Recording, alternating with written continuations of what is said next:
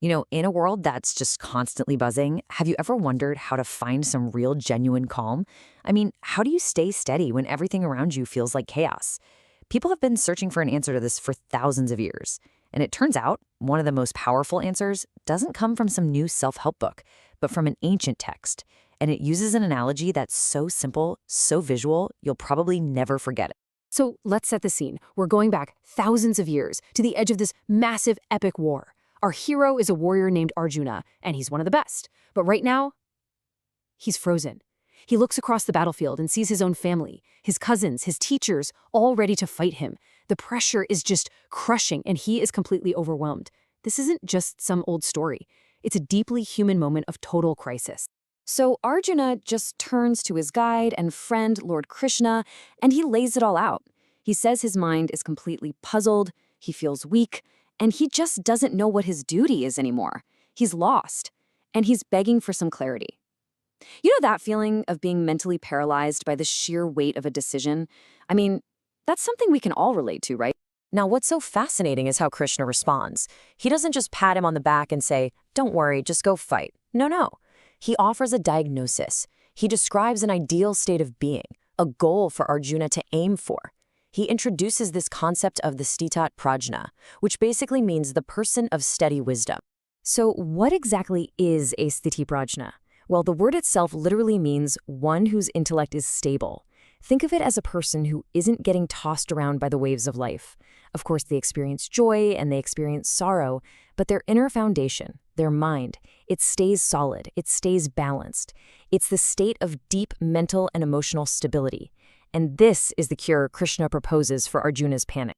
Okay, so that sounds amazing, but how do you get there? How do you actually achieve this kind of unshakable mental state? Well, Krishna doesn't lay out some complicated 10-step program. Instead, he uses this beautiful, powerful metaphor from nature that holds the entire secret to controlling the mind. And that's the real question, isn't it? This ideal of a stable mind sounds incredible, but is it even possible? How does a person go from being a panicked mess like Arjuna was to becoming this pillar of stability? Krishna's answer, believe it or not, comes in the form of one of the most famous analogies in history. And there it is. So simple, so elegant, and so powerful. Just picture a tortoise for a second. At the slightest hint of danger or disturbance, what does it do? It pulls its head and its legs safely inside its shell. Krishna says the person of stable wisdom does the exact same thing, but with their senses. So let's break this down. The tortoise's limbs are just like our five senses, always reaching out into the world. The outer world is full of what you could call sense objects, all the things to see, hear, taste, and touch.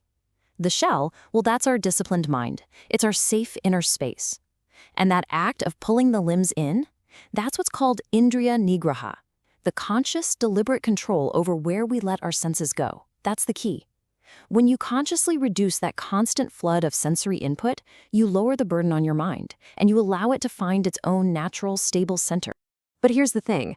Krishna gives a really critical warning right after this. This isn't about just putting on a show of being in control. True discipline is an internal game, not some external performance. There is a huge difference between pretending to be disciplined and actually being disciplined. Yeah, the text does not pull any punches here. It says if you physically stop yourself from doing something, but your mind is still daydreaming about it, still dwelling on those sense objects, then you're just a hypocrite. You're fooling yourself. The withdrawal has to be mental, not just physical. It's like you can't just close the browser tab. You have to close the mental tab too. So what's the end goal here? Is it to just become a hermit who hides from the world in their shell all day?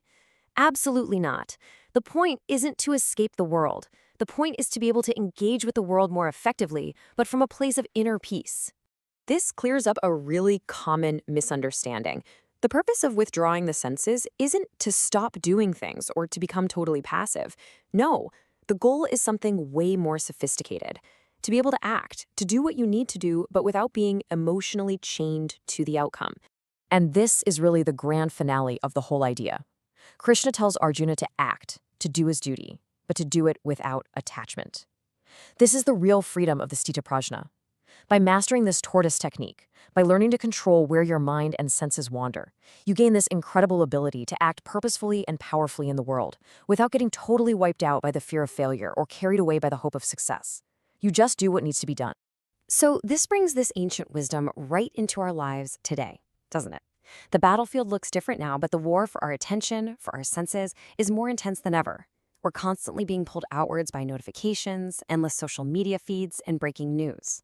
So the question that the tortoise asks us today is this: can you be the master of your own shell? Can you consciously, deliberately choose when to withdraw, to find that quiet, stable center so that you can re-engage with the world on your own terms?